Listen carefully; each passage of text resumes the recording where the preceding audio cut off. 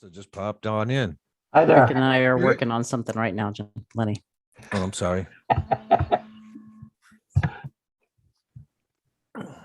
I don't know what that means. I don't know if that's. I don't know why my dog's in the background, but I can't get him to leave my shoe alone either. And he won't leave the Zoom room. He looks like a happy dog. Thank you, Rick. He is. Both of all of our animals are happy. Yeah, good. Yeah. Evan MyQuest, good to see you again. Hello, Len. Arlene, how are you? Super. Hi, Cleo. Hi. Hi, Dan. How are things in Salida these days? Warm. Oh, I bet. Very warm. I bet. I tell everybody that I feel I think I know what a smoked turkey feels like. Yeah. We were up in Bassett last weekend, and there was one guy, one of the lakes up in the mountains there. There's one guy in a kayak fishing, and I had to ask him if he was fishing for smoked trout. And he didn't even acknowledge me. I just got sort of like a side glance. You know? But I mean, he's spanking away. Like any fish that comes up is going to get a lungful of smoke and just choke on out anyway. So I mean, you can just go and pick him up with a fork afterwards. God, the smoke up there was horrible. Oh, Yeah. We We had humidity here today. We got our windows are all fogged up and everything. It's a weird weather system. It's very weird, and it's cooler than it should be right now. And Hi, Arlene. Hi, Good to see you. I think I'm here now.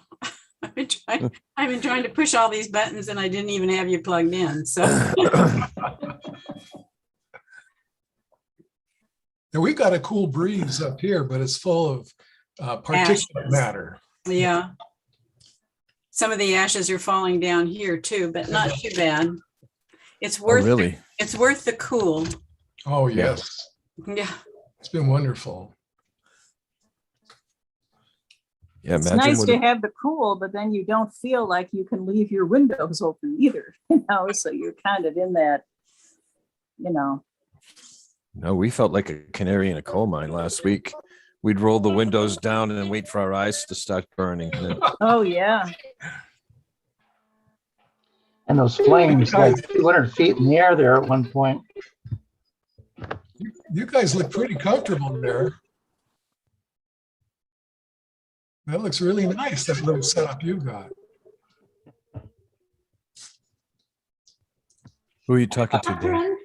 To Roger and Diane? Yeah, Roger and Roger, yeah, Roger. Oh yeah, it is. you guys are really set up there. That's nice. We're in We're a comfortable for this, and then when we do the critique later, we'll be sitting up more upright, seriously. So they've got puppies all over them too. yes, we do. Yep. Hopefully quiet. It doesn't matter. Hello, Katha. Hi, Robert. Hi, Catherine. Hello, Robert.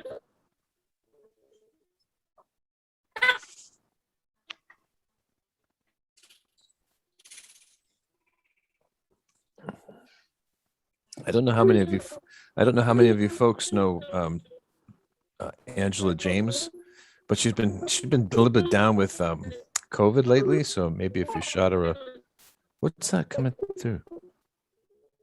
I'm trying to figure out, somebody has to mute, but I don't know who. Wow. Oh, that's too bad. She's so busy, she's all over. Yeah, I'll have to give her a call. Yeah, if you have any background noise going on there, please. mute. Yeah. Yeah, I'm trying to figure out who it is. It might be Roger and Diane. It could be me. It could be. Yeah, I think it was. Or is it me? No, it's me. It's you, Lenny. Try to log out and back in. Okay.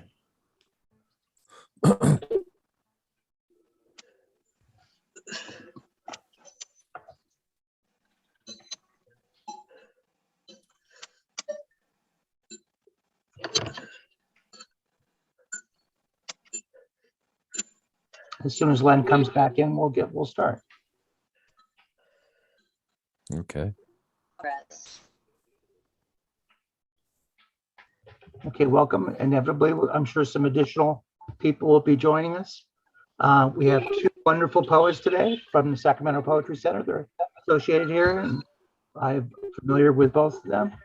Sarah Octay is co-founder of the Spoken Word Nantucket, a poetry venue that operated for 12 years on the island of Nantucket off the coast of Massachusetts. She's a chemical oceanographer specializing in climate change research. The majority of her career has been based at field stations in marine land, where land and sea is preserved for science, education, and outreach. She's been writing nonfiction essays for many years for the publication Yesterday's Island. Those will be coming out in a book form in fall and winter of 2021.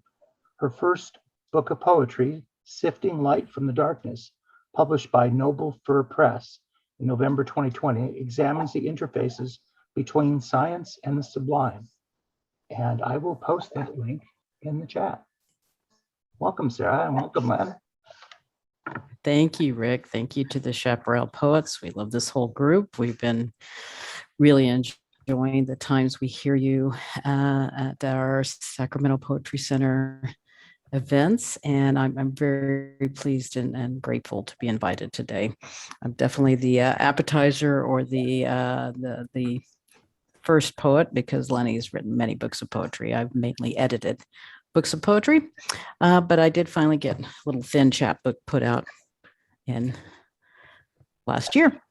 So I'm going to do some multimedia things. We're going to try to attempt that. I've got a short set, but I do have a PowerPoint that goes with it, and hopefully you'll can see it here in a second and we'll enjoy it. And so without further ado, okay, you should see a bunch of pelicans. Yes. Okay, perfect. Now I'm moving you guys over here so that I see you guys at the top of the screen. And funny enough, the very first poem is called The Pelicans. This is right around Laguna Creek, where I walk every morning. And I just walked to there recently, a couple of weeks ago, and managed to trip and break my ankle. But other than that, it's a beautiful place. And these pelicans come and do some cooperative feeding every few days, flying in from the sea to round up the fish that are hanging out in the pond. So the white pelicans at Laguna Creek seem out of place so far inland. They remind me of the skipper in Gilligan's Island. Big white belly, preening their feathers, they will swat you with their captain's caps if you let them. A sweet childhood memory of inventiveness, silliness, and community. We all thought we were going on a 3-hour tour 17 months ago, but we are all stuck on the island with nothing but a coconut radio to squawk into, and no one is listening to the professor. The pool shark. My dog Swedgen picks through the sticks in the field, looking for the perfect one for me to throw. Like a pool shark looking for the ideal weapon. Some are too thin, some too weak, some splinter to pieces when they bounce off the dry grass. His version of Goldilocks and the Three Bears. I am being played again. And a poem for my Australian Shepherd, our Australian Shepherd who's at my feet. Mr. Cool. I really admire our Australian Shepherd. I think you would call him a dog's dog. He epitomizes cool, while our 11-year-old Labradoodle chases a tennis ball around our postage stamp backyard. Like a crazy cornball, Buster Keaton on speed, our 6-month-old puppy, Mr. Cool, sits down every chance he gets to chew on a stick. More Steve McQueen than James Dean. I'd let him drive my Porsche. He trots into my office while I Zoom for the 8th time today. He pulls up some carpet, plops himself down, crosses his legs, and proceeds to stare into the abyss, pondering his next teething victim with a plum. His cunning eyes betray more than the average dog's thoughts. I think I detected a wee tear the day Sean Connery died. And thank you, as Rick said, I am an oceanographer. I'm a chemical oceanographer. So I have a chemical oceanography poem about what it's like to be on board a ship doing research. It's called the RV Pelican. 20 liters, 20 liters, 20 liters. The water piles up in acid cleaned 20-liter high density polyethylene jugs. Surrounded by seawater, we must bring our own double distilled, extremely pure fresh water, ion free, water so pure it cannot conduct electricity. Hundreds of liters in total, queued up along the starboard side of our 123-foot vessel, the research vessel Pelican, named for the island we launched from, nestled in the lobe of Galveston Bay. Argon and nitrogen gas tanks roped tightly between pipes. Giant benthic landers crowd the deck, ready to deploy. 100-meter-long spider-legged nets to close upon their krill prey. Gangway is tied up while we sail out in awkward, disjointed lines to mine the sea for data. Drunken sea-legged walks down musty, gray-painted corridors at 0300, coffee ingested, boots and vest donned, you stagger out to the deck, tether yourself to standpipes during high seas, push out a 2,000-pound rosette of racked 50-liter niskins on a hydraulic cable, swinging over the workdeck and lowered gently into the sea, like the corpse of a loved one floated out into the Ganges. Curtains of inquisitive squid dart like frantic ghosts left and right in spotlights. 100 meters down, you can still see the rosette. The CTD transmits secrets of salinity, pressure, and temperature as it sinks down a mile or so over the next 4 hours, trapping giant gulps of water at chosen depths. Finally, raised up on the workdeck, streaming sunlight and tendrils of water later that afternoon. Steel box container lab on deck houses special experiments, sequesters radioactive tracers. Zombie students and scientists hover over laptops and labs inside the main cabins. Buckets of saltines and ginger ale keep us going. Ice cream is pretty much the only treat. Giant sediment grabs, benthic bear traps, hurled to the seafloor, snap shut upon impact, somehow gently bite into the soft gray mud and bring up its secrets. The entire ship will be coated with salt when we return 2 weeks later, satiated, ready to pour over our treasures, find out what stories the sea has to tell. Thank you. And the next poem is called Eminent Domain. Some people know what this meant. Eminent domain is when the government or a municipal agency takes land supposedly for fair market value for a greater common good, like putting in a highway or building a graveyard or all kinds of things. It can be both good and bad. Eminent domain. Fuchsia slice of sunset sings siren enticement as we exit our wood grain boxes to wander gray branched paths of mud and vines, lined with winterberry sparks of red, trails claimed by deer prints, littered with rabbit pellets. We mourn the left wing of a doomed blue jay, tufts of hawk's dinner, last flight a broken loon. Stratum below grass carpet reveals wooden foundations, charcoal fires, liquid feasts and seed compacted. A 2,000-year-old body in repose is awakened by scrape of shovel, grasp of inquisitive hands. We have to know who lived here, whose spirits we hear rustling in the wind. Which bones belong to the beach and the sand? Which bones belong to the salt spray? And which ones should be interred on marble slabs were laid beneath carved slate in ordered rows within town gates taken by eminent domain.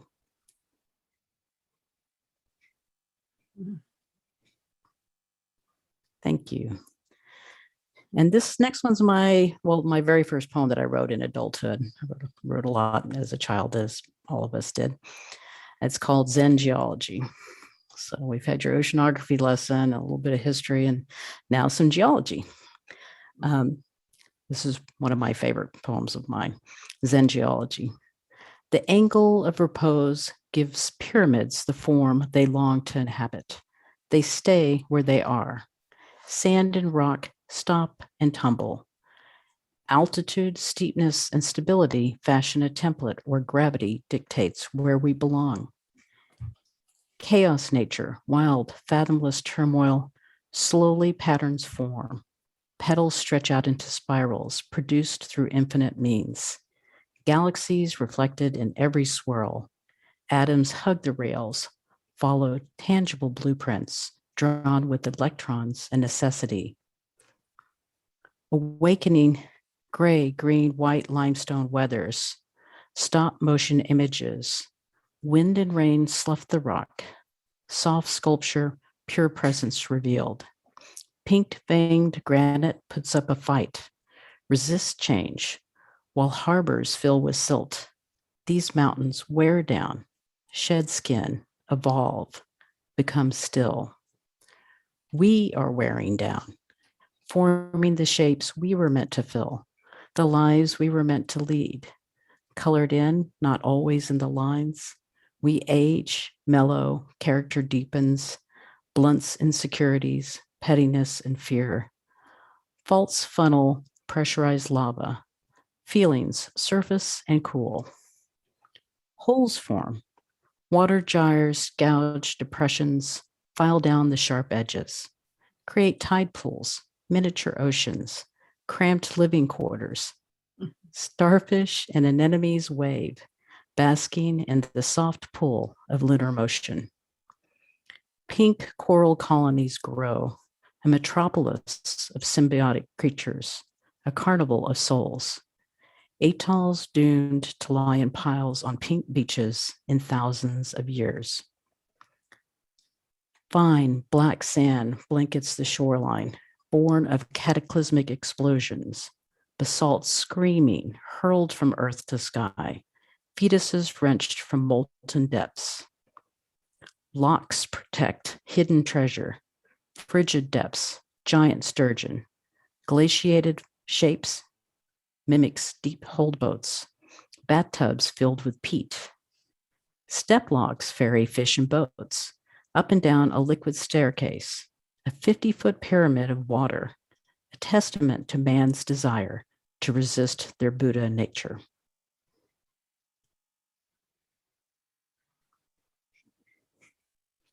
Thank you. And the next poem is Sifting Light from the Darkness, also called Passing, which is the title of my book. And it's about my parents, whom are both long gone, sadly. So, Passing, Sifting Light from the Darkness. We scrambled up a small hill, taking a shortcut to school, looked out over the playground, see every face reflected, moon-like, a panoramic sea of blankness. Every child was staring at us. Was it engraved on our faces? Our only thought was to avoid being different, blend in with the ones with fathers. The funeral seemed like a party at first. Everyone is so nice. They pat you on the head, murmuring platitudes, carrying casseroles.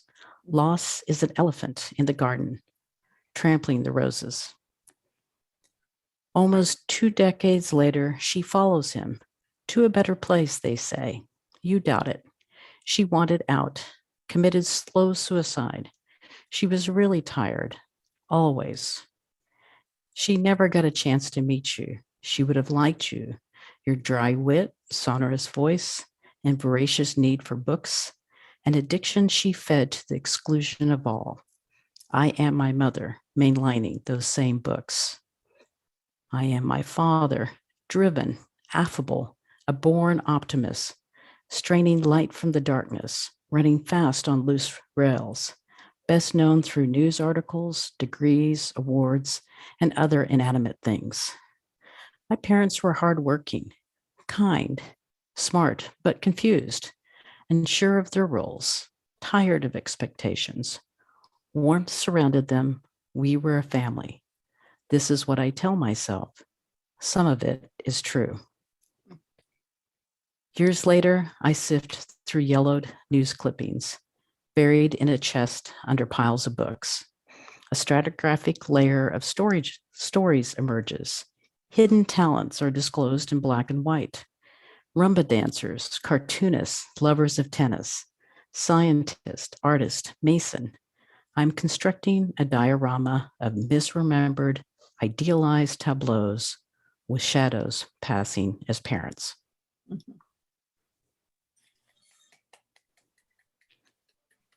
Thank you. Just a couple more and I'll be done. This next poem is a blues poem, one of the ones I actually wrote for, as a prompt, and it's for Angela. I need to write a blues poem. There's plenty of inspiration right now. Don't we all have the blues? Even a New Orleans funk band might not be able to blow through this fog. Pockets empty, books all read, tired of cooking in the same four walls, tired of myself. The sun's pink flamingo, streaking toward the west, trailing smoke and embers, creating vivid cherry sunsets, Japanese dreams. I spied a sidewalk penny, tails up and left it, kept right on walking. We need to turn the page, but we also need to read what's on it, learn from it, absorb it. I found my old cornet in the attic, pistons still greased. I handed it to Muggsy Spanier and asked him to play the Lonesome Road Ragtime Blues.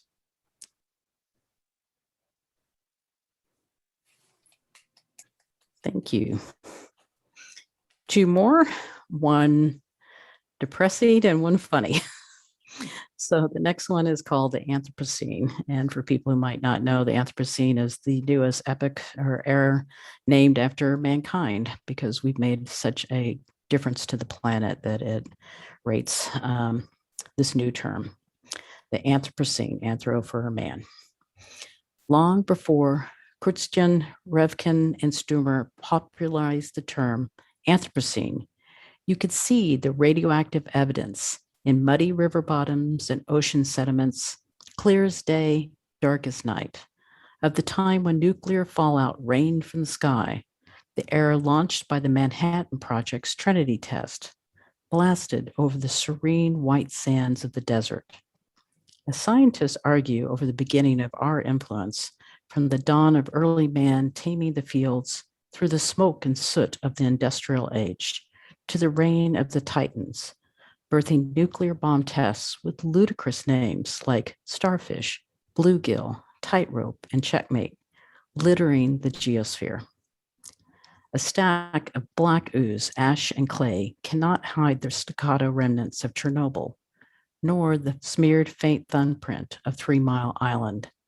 Ironic that these same nuclear gods may be needed to spare us from the Armageddon of climate change. These are just a drop in the ocean. Now we are building the temple of a new era, the Anthropocene. Planted crops displacing rainforest, more plastic than fish in the ocean within a decade. Domesticated animals outnumber the wild. Waves of invasive weeds and European bees have elbowed aside natural biodiversity. Still, we are celebrating our total dominance on the way to the graveyard. I'm sorry, I know that's a harsh but true. And then the last one is from my husband, and it's my last poem. Thank you so much for having me here. It's been a pleasure. I can't wait to hear your work. Infected by poetry. My husband is a poet. Many of his friends are poets. It was bound to happen. I've been to and hosted a lot of poetry shows. A lot, as in many. Had poetry coming out my ears, you might say. I finally was infected by poetry. I did not realize it until I was in the shower, muttering to myself in syncopated sentences. First, I began to blame years of marching band, but that only occurs when I'm walking and my steps fall into a 4/4 rhythm. No, this was poetry, poetry that needed to be written down. Of course, I'd encountered Frost in high school, E. Cummings, Whitman, Sylvia Plath, etc., etc. Never did I feel a need to write in a jazzy beat or end all my lines with no punctuation. Now, whenever I'm quiet, my thoughts turn to poetry. I doubt it is curable. Thank you again. And I will give control back to, I'm going to make Rick the host again. Thank you, Sarah. That was wonderful. I wrote down several lines. Really amazing. Thank you. I really enjoyed that. But please, people, unmute yourself and I'll let you go first. Comments on Sarah's feedback for Sarah. Thank you, Sarah, for those wonderful photographs. They Yeah. added so well to the words. Just terrific. Thank you. It really helps on the oceanographic one because I Yeah. can see it in my head, but other people, not many people go out and do oceanography. So Ah, Now we have the bird's eye view. great. I'm glad you enjoyed it. I did. I'm glad you wrote a poem for me. Yeah. Thank you very much. You're welcome. It was funny. It did just happen overnight. And I just started writing poetry after hearing 20 years of poetry. An overnight thing. Yeah. It's a flash in the pan. You have blossomed beautifully with your poetry. It is just wonderful. I loved it. Oh, thank you, Allegra. That's so sweet. I really appreciate it. It's very kind. Some great lines. I'd let him drive my Porsche, like a corpse of a loved one placed in the Ganges, feeling surface and cool, lost as an elephant in the garden crushing the roses. Pink forged granite put up a fight,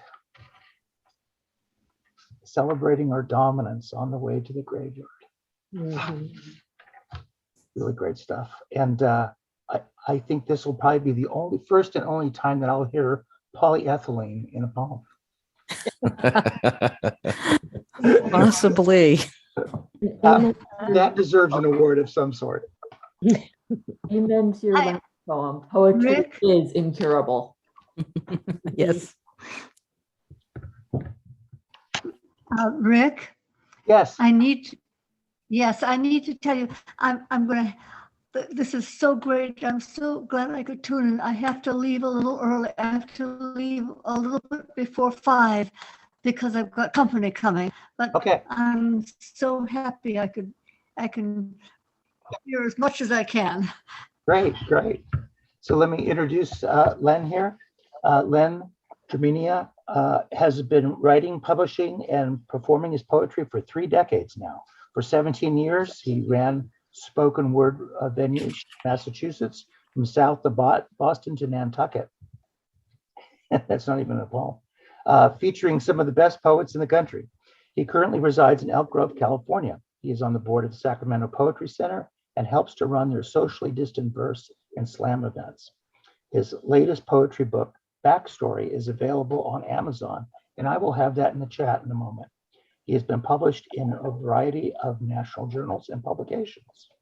And I will also include his website address too. Let me make you host now.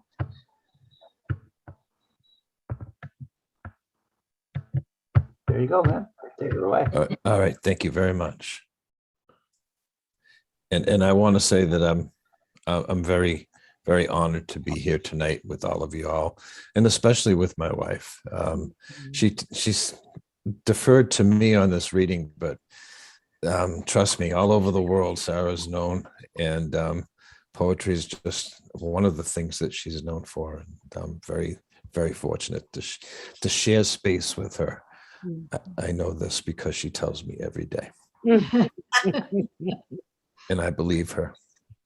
I'm going to start off with a dog poem. I've been long known as a person that writes about dog poems, dogs. So this first one's called Cleaning My Brushes. I search him out his favorite hideaway spots every day since the first. So long now, it seems like time in memoriam. We need not speak, rarely do. If then only to murmur, I got you into his floppy ears. A twitch of hand usually says all that's needed. We've spent weeks together without words. The only sound, the turning of the tide, contented sigh. This is me intentionally dreaming, wishing on Sirius that we get back to the land of the bean and cod together, so I might feel that kind of puppy happy once more. Wash me in that water primordial, if you please. Oh, In the bio, it mentions that I'm on the board of Sacramento Poetry Center. Never intended that to happen. I said it would never happen again, and it did. And this is a poem about being a volunteer. Graham crackers and cold milk, in parenthesis, you know where. And I was wondering if everybody could mute because I'm getting some background noise and it's kind of distracting. If you would, please. And we'll talk on the other side. We say yes, volunteer, because we love it, despite the reality, ourselves, or all good reason. Yes, because to decline would give rise or countenance to a reflection in the mirror staring back at us, a cartoonishly enhanced rendering of you that we could not love, a truly sorry sight. You know the look, amico. Now that it's quiet, I have something I want to say to myself. Follow your bliss. Fear nothing. Head to an ashram. Get away, retreat, but really get away. And give me a kiss before you go, in parenthesis. Those that host these kind of Zoom readings and those that attend these kind of Zoom readings, thank you very much. I've probably heard this line before. Is it tonight? And can you send me the link?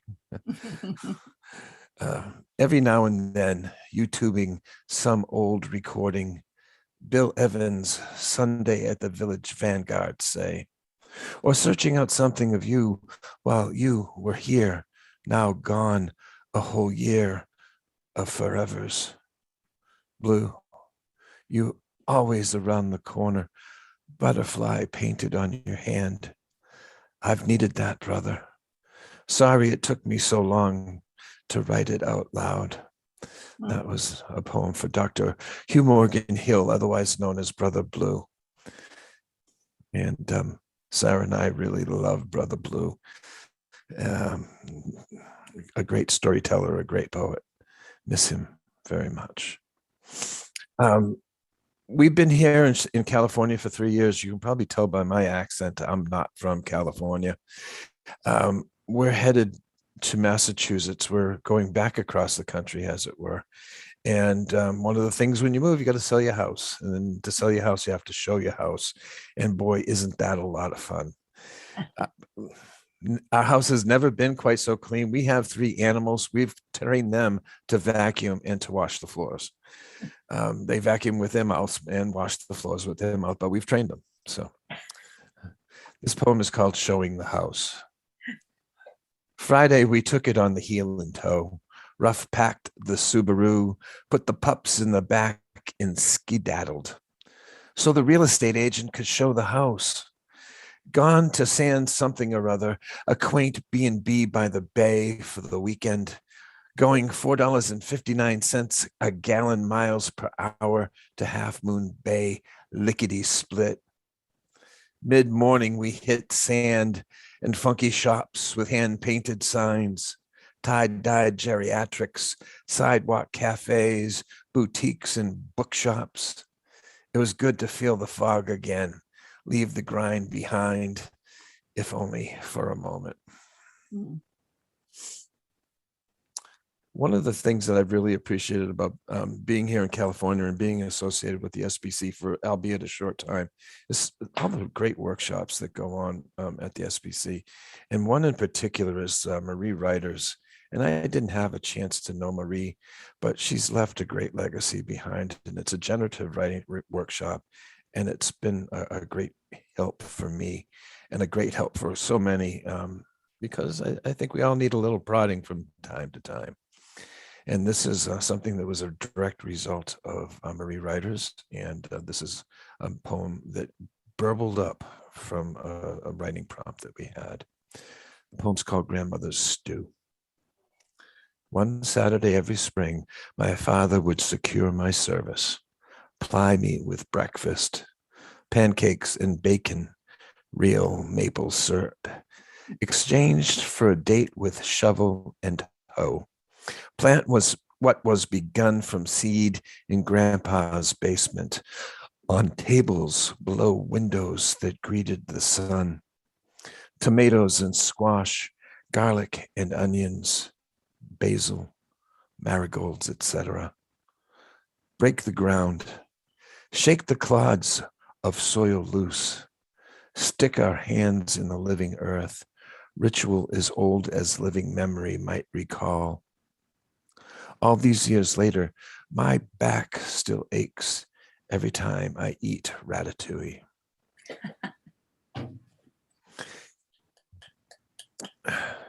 As I say, Sarah and I are trying to sell our house. We think we have, but you never really know until all the things get signed and all that, right? And it's been a great joy. All this stress, we've really liked it a lot. And this is called Waiting on a Credible Offer. We've been playing Pop Goes the Real Estate Market, colored balls percolating, a child's pull-along toy. Bad day to quit drinking again. How are you? Every now and then we bug out. O says, you want to go for a ride? She tells me she's on fire. And even though I'm no wanderer, the answer is always, yeah, sure, you betcha. Regardless of biases, mega fires, all distances, all day drives, all hindrances, because I'm a follower and it does get easier, Google be praised. She no longer drives one-handed, the other holding a map, going 75 miles an hour because that's the speed limit. Our animals are used to it. They look forward to jerky available at every road stop. The hum of tires on tarmac, a lullaby and a belly rub. We go, all of us. Why not? How am I doing for time? It looks like I'm doing pretty good for time. So I'm going to go into my my book here. This is my most recent book. And for all of us that are publishing our own books, or we've been published in the last year or so, hasn't it been so wonderful to not be able to get out and hawk a book? I'm very appreciative of this reading tonight. I'll get a chance to read from this. This came out, I had a couple of readings, and then we had wildfires and then plague. So I've got that going for me, which is nice. You might want to stop sharing the screen. Thank you. How do I do that? Hit that button. Okay. I'll be coming back to that though, I hope. So the backstory was sort of a retrospective. We moved from Nantucket to Colorado and then Colorado to California, all in the span of the last 3 years. And now we're moving back across country, all in one fell swoop. So we've packed and unpacked and moved and unmoved several times. And backstory was sort of the culmination of the whole thing. And this is just one poem from it. I had to have reconstructive back surgery. And I was out for 8.5 hours. And Sarah told me she didn't expect me to wake up. And this is what happened on the other end of waking up. The poem's called Goes by Len. The first thing I see, dry erase board with numbers to call just in case. Then her. I've been filleted to repair discs undone, perhaps completely, save nerves almost irreparable. I do this because I'm drawn to her next move inexorably. The next heated exchange. Can't think of another reason. Post-surgery, I ask her, am I the most intelligent custodian she knows? She pauses for effect, says yes. Later that day, I wake in a room with no walls, a curtain between my realities, however tenuous. The party next door is having Mickey D's, a smell most distinct. They're celebrating Big Brother's surviving throat slit and head stomp. I fall into a fitful sleep, oxycodoned with all its attendant drawbacks. She's there when I wake, sleep, make. During my stay in what was previously a children's ward, now overflow. Glance over my shoulder of a night that does not end, past my ass like a moon of Jupiter, to a young nurse, hands on chin. She sighs, says, I won't say yes until I know my other would do what she does for you without question. You lucky SOB. Thank you. Sarah being past president of the Office of Biological Field Stations and past president of the Office of Society of Women Geographers, we travel a lot. And we live in some wild places. We lived on Nantucket. Right now, the East Coast is being battered by a storm. We used to look forward to those kind of storms because there's like usually 2 or 3 days of the Weather Channel covering all of the possibilities of what's going to happen and where the storm is going to go. And then the dramatic footage as it's happening. Well, we were usually in that picture where there was something dramatic generally happening on Nantucket. And we had a blast with it. Those days we used to sit in front of the TV. We called it storm porn. This poem is called Inclement. When the angle of a gale whistles down northeast, we hunkered down, wrapped up in our love of each other. What else can we do but batten every hatch, brew strong coffee, break out playing cards and cribbage board, follow the track of shingles and roofing as they go airborne, like Dorothy watching Elmira Gulch peddling Toto to his intended demise. Let that be a warning to all pooches everywhere. Fear not, puppies. Fill every pot with water to be sure. Find someone to cuddle with the minute you hear the weather's gone bad. Surrender to a simpler time. The dog will be all right. There is no one behind the curtain, really. Read a good book by candlelight. Write to a loved one on fool's cap in longhand. Count your blessings to the banging of the shutters against the window frames. Mm-hmm. And I'm going to finish up with one more poem. Thank you, everybody. Then I'm going to go back to the screen share for, if I might. This one was written on 4/20, so my apologies in advance. The poem's called Nutmeg. I remember the first time I sat on my scrotum accidentally, like it was yesterday. I was in the back of Francine Selman's VW Rabbit, screwed up tighter than a half-ounce stopwatch at the start of a foot race. And yes, I am aware of the rabbit irony. It's not funny. She's permanently cockeyed ever since. My Farfignugan was irrevocably adversely affected for a long time. And here I sit on Zoom, fuzzy and out of focus, Scirocco and beetle nuts. Sorry that this memory popped into my head just now. Onward and upward.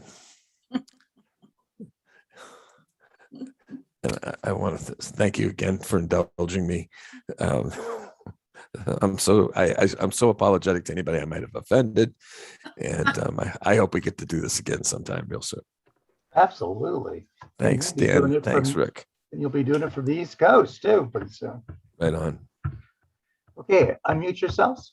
People want to give some feedback to Len. I love the travel poems and the storm poem with the dogs, especially the line about Toto and the evil lady on the bicycle. Elmira Gulch. I had to look that one up. Mhm. Oh, yeah. He's got a whole series of travel poems. Cool. There's such a great deal of real subtle and quiet and gentle humor in all of those poems. And they make it worth listening to all by itself, even without the craft that went into them also. Thank you. That was really nice. Thank you. Wonderful I- reading, both of you, and really enjoy it. Love the dog poems, of course. Love the cuddling storm poems. Remember those days ourselves. And we're going to have to get off so we can be ready for the next thing later. But really enjoyed the reading, and we'll see you a bit later. Before you go, I wanted to make one little mention here, is that we heard some sad news that Paul Geiger, who was a Chaparral member, passed from COVID recently. And I would like to be able to, I'd had the idea of having a memorial page. So if anyone has some personal recollections to share or has a copy of some of his work that we can post on our website, would really appreciate that. Beautiful idea. And Len, your poetry is, I loved also those dog poems are wonderful. But also there's just a sense of so much love beneath all the writing that comes out in your beautiful poetry. Thank you. Thank you very much, Allegra. I'm very honored that you say so. I always enjoy being at a reading when Allegra is there, because Allegra listens so intently. I mean, she's interactive in her listening. And if she says something, it means so much because she's really listened. And I thank you for that very much, very much. Thank you. And I'm going to take this chance, because I've got company coming soon, I'm going to take this chance to say goodbye to everybody. It was so beautiful seeing all your faces, and I'm so glad I could be here to hear both Len and Sarah. That was just wonderful. Bye-bye. Love you. Bye, Allegra. Bye-bye. Bye, Allegra. I should mention, I think Allegra is scheduled to be with us at the SPC soon, no? Well, we'll have to confirm that later. I loved your lines, a curtain between our realities and a bad day to quit drinking again. Love that. That was a Lloyd Bridges reference, right? Yes, I recognize that. Rick is Also- very good about catching all your stuff. Also, there's some very practical advice there too. One has to be very careful when one's sitting down in the back seat of a crowded car. Mhm. Yeah, amen to that, Dan. Amen to that. I'm so sorry about that. That's wonderful.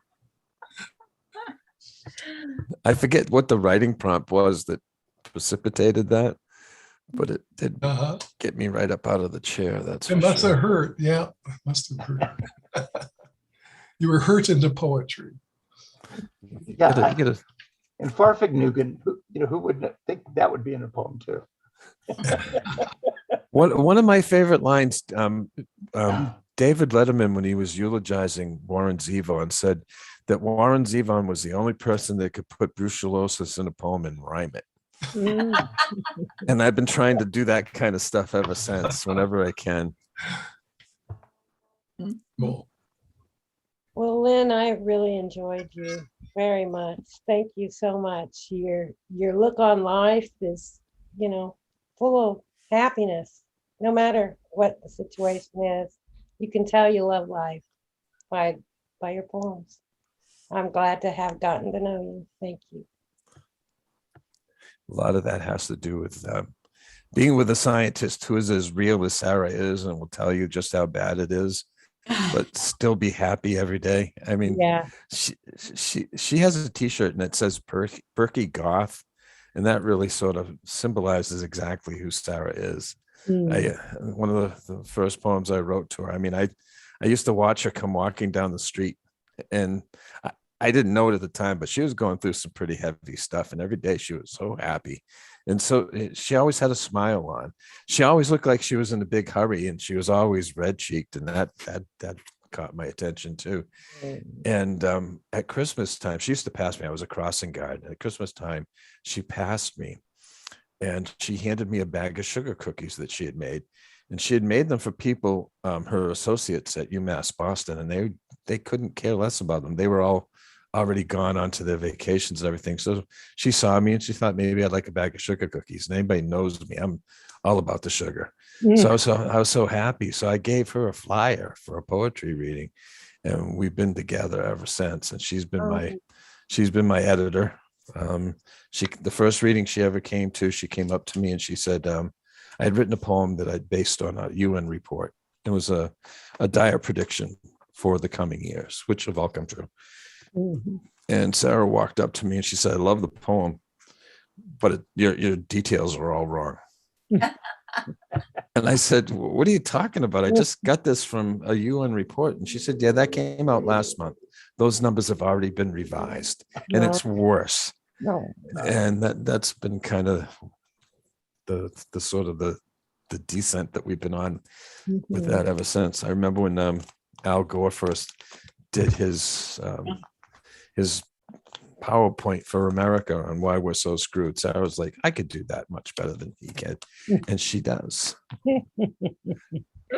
Well, I'm glad you two met. It's very nice. If you ever get a chance to hear Sarah speak on science, there are a few people I know as knowledgeable across a wide spectrum of science that are as engaging as Sarah.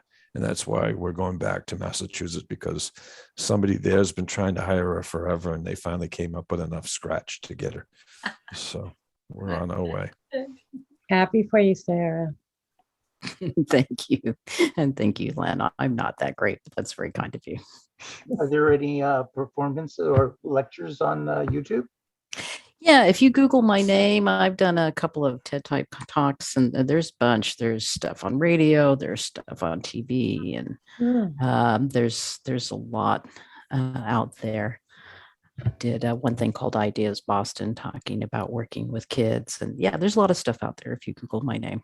Yeah, we did an NPR radio program together at one time. That was great. I was very happy with that.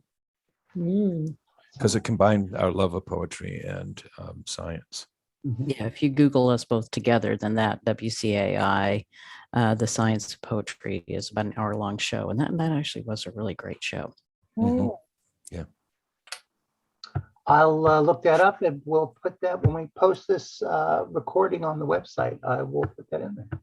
Thanks, Rick. And I've already had a couple. One of our dear friends showed up late, and they can't wait to see the video. And I said that you recorded it, so we'll definitely. And thank you all for the Chaparral Poets. You've done a really great job keeping things going through COVID. Hi, Carmen. Carmen's brave enough to show up. Our dear, we dragged a non-poet here on a Sunday afternoon. This is the second time we've dragged her to a poetry reading too. That's pretty cool. Third time. Is it third? Yeah, she's a groupie. That's right. She's She's officially a groupie. She officially, with 3 times you get a button.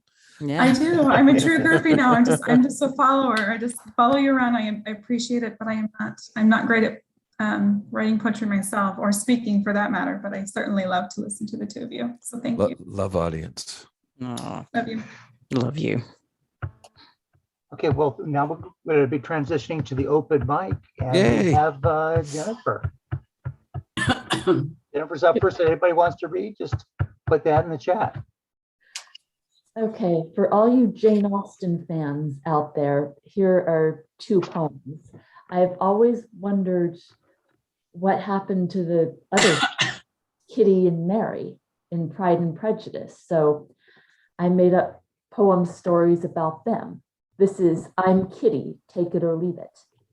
I do my mending beside Mamma. My thread and needle I tightly draw. She'll not love me like she loves Jane. Raving beauty, yet I'm not plain. Lydia's mirth, I can't achieve it. But I'm Kitty, take it or leave it.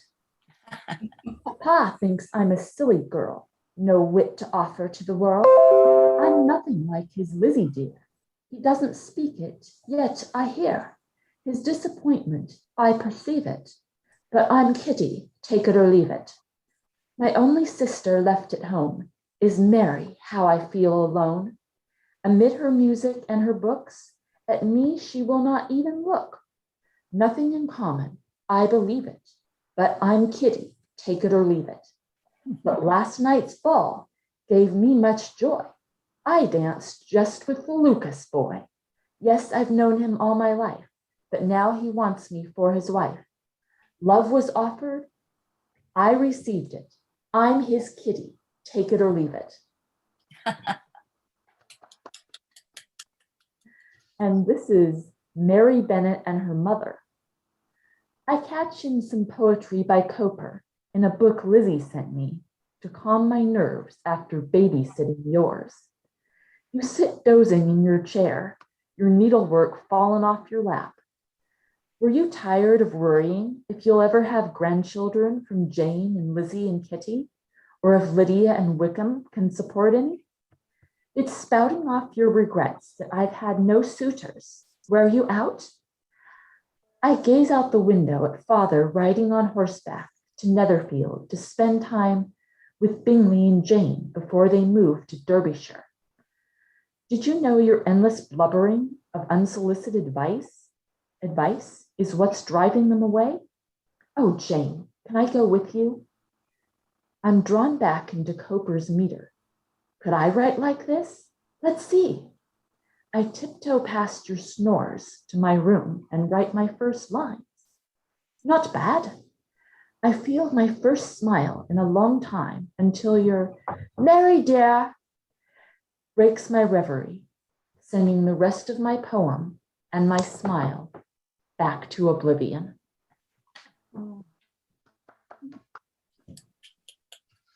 Jennifer.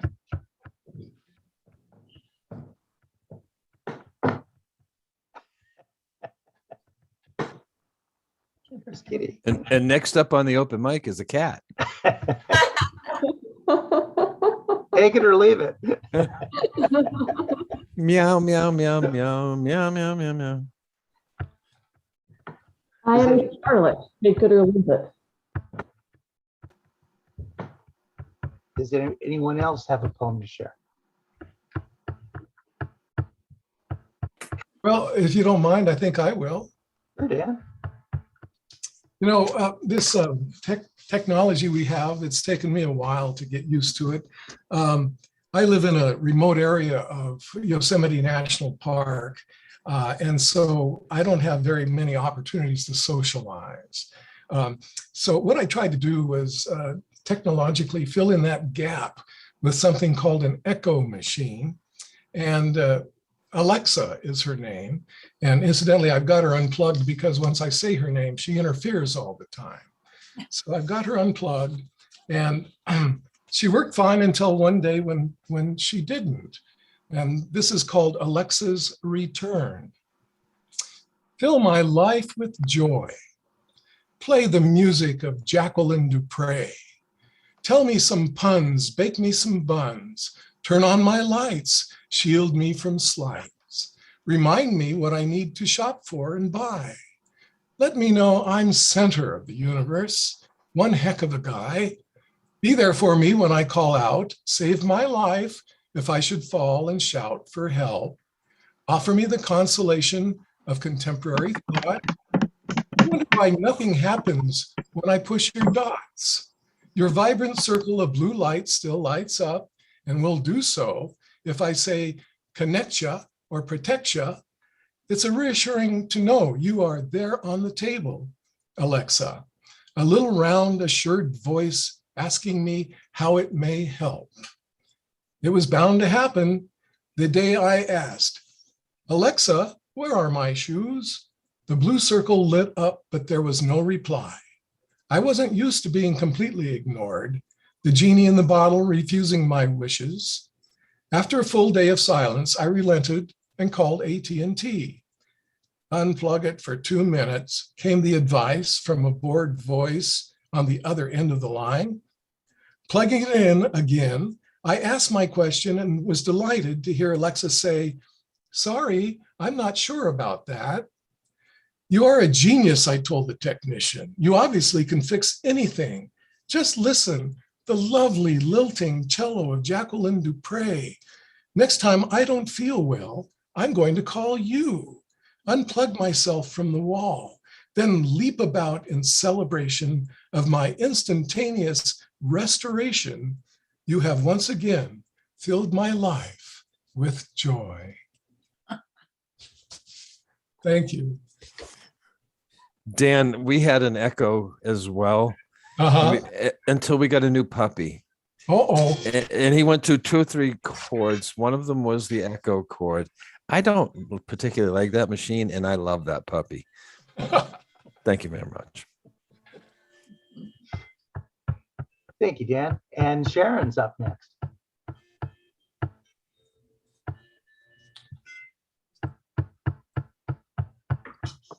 Hi, I'm on my phone today, so hitting buttons is a little awkward for me. But I do have a poem, and I want to say thank you for the reading. You guys are both awesome.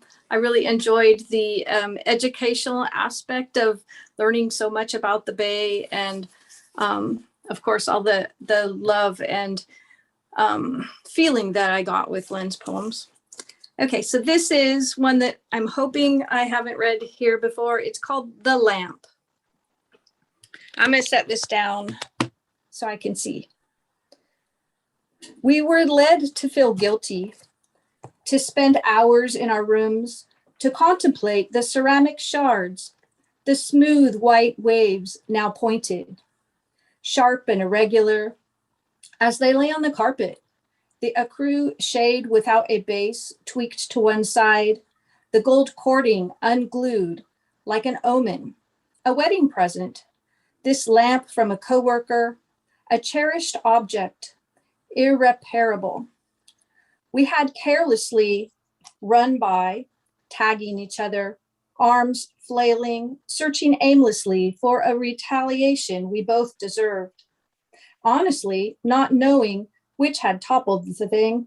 First the crash, the slow motion of white whirling behind us, then the yelling, lashing the skin on our backs raw, the solitude and tears, following years of never knowing they never liked the thing after all.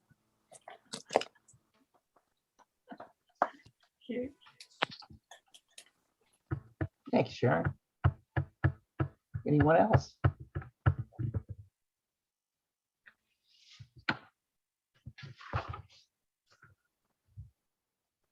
I have one. It's called Side of the Road. There's a spot about 20 minutes past Sly Park Road.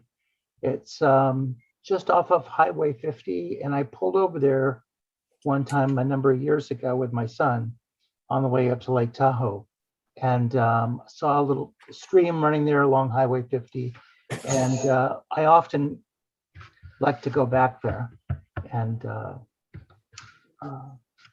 stop off. Side of the road.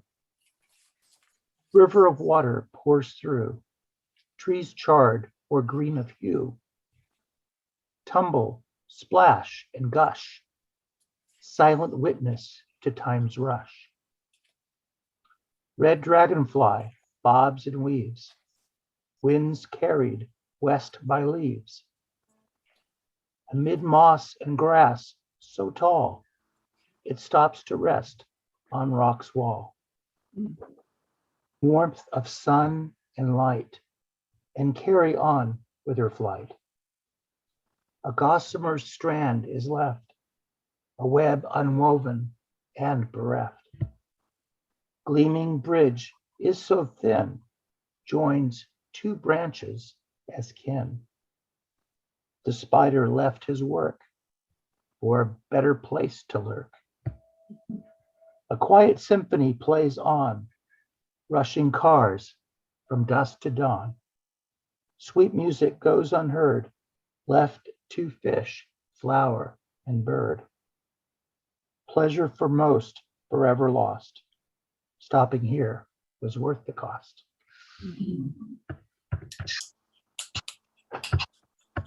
Thank you. Anyone else? I have one, Len, generated by that cat in front of the microphone. Okay, here goes. Schrodinger's cat on January 6th. Is she or isn't she? Have you looked? The answer resists. She is not, might be until the lid is lifted. The physicist misquoted to mythfulness, dismissed as fictional the supposition of quantum superposition as an application of quizzical disposition in cats. He spoke amiss, but logic does insist he was not remiss. Size-restricted thought persists consistent whether witnessed or not. Wow, that was great.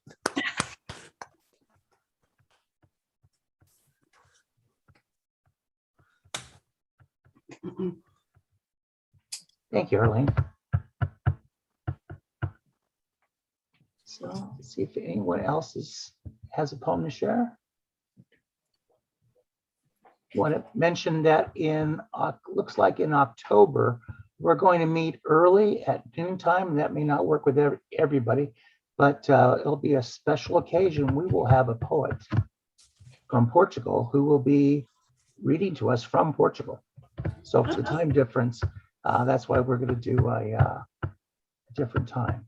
What's her name? I don't have it in front of me. Okay. I think she used to come to some of these readings. Is it Elizabeth Varidan? That's who it is, yes. Okay. I've got her book just before she left for Portugal. Yes. She donated the books to SBC. For whenever we get back in person, we can hand them out in goodie bags. And it's been a year and a half, damn it. And speaking of international shows, the SBC has an international show tomorrow night. We have Neil Crichton from Australia, and we have Linda Kemp, and she's from the UK. And they are both fantastic. And if you happen to if you happen to have some time tomorrow night at 7:30, stop on by Sac Poetry Center webpage is in the chat room. And they truly are terrific poets. You'll take a look at their bios, and we're very, very fortunate and very happy to have them. And please make sure that I get Elizabeth Varidan's show when that's listed, because I only met her the one time. I went over to her apartment. She had a really cool place downtown. And had me, and she gave me the books, and she was like, "Oh, I wish," because she was going to read for the SBC, and then she ended up leaving for Portugal earlier, and so we never got a chance to celebrate her. She goes to Dan. She had gone to Daniel Powell's workshop for years, right, Vicky? Yeah. Nice lady. We've been writing on back and forth on email, and so I just invited her, and it looks like she's in Spain at the moment, so it'll work out. I haven't been sending her email invites. I'm going to send her one too, because now we can obviously have her. At the time we weren't doing Zoom. We hadn't discovered Zoom at that time. Would you state the date and time again for Elizabeth? It's going to be at noontime on the October 24th. 24th. Okay, thank you. And we still, I'll make an announcement soon about who's going to be up for next month's reading. Cool. Well, thank you, everyone. And especially thank you to Len and Sarah. It's been a wonderful time and great poems. Thank you. It's been a great way to spend the time. Take Thank you, care. guys. Thank you all. It was fun. Thank you for listening. Good to see you again, Arlene. Thank you, Thank Robert. you. Thank you, Katha, Vicky, Jackie. Thank you, Sharon. I'll see you in a little bit. Sharon's in a workshop that we're in together along with Diane and Roger. David, thank you. Carmen, good to see you as always. And I'll be online with SPC tomorrow night. Take care. And it's Okay. good to see you, David. Safe travels, Len and Sarah. Safe Thank travel. you. Yeah. Thank you. Thank you. very Bye-bye. much. Thank you. Bye-bye. Bye-bye.